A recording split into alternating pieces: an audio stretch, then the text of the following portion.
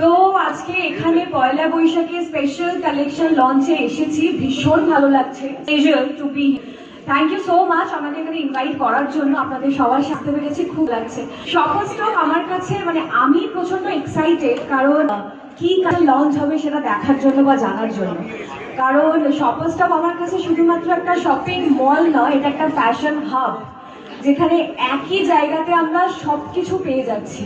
মানে যদি নিজেদের মতো স্টাইলিং করে যদি কিছু ট্রেন্ডি আউটফিটস হয় সেটাও পেয়ে যাচ্ছি, প্লাস প্রিমিয়াম কিছু কালেকশন, দেন টপ ব্র্যান্ডস সবকিছুই পাচ্ছি। শুধুমাত্র এগুলো না, মানে ক্যাজুয়াল ড্রেস থেকে আরম্ভ করে ফেস্টিভ কালেকশন এবং মানে জামা কাপড় তো রয়েছে, তাছাড়া অ্যাক্সেসরিজ এবং শুজ, হোম ডেকর সবকিছু আমরা একই জায়গায় পেয়ে যাচ্ছি।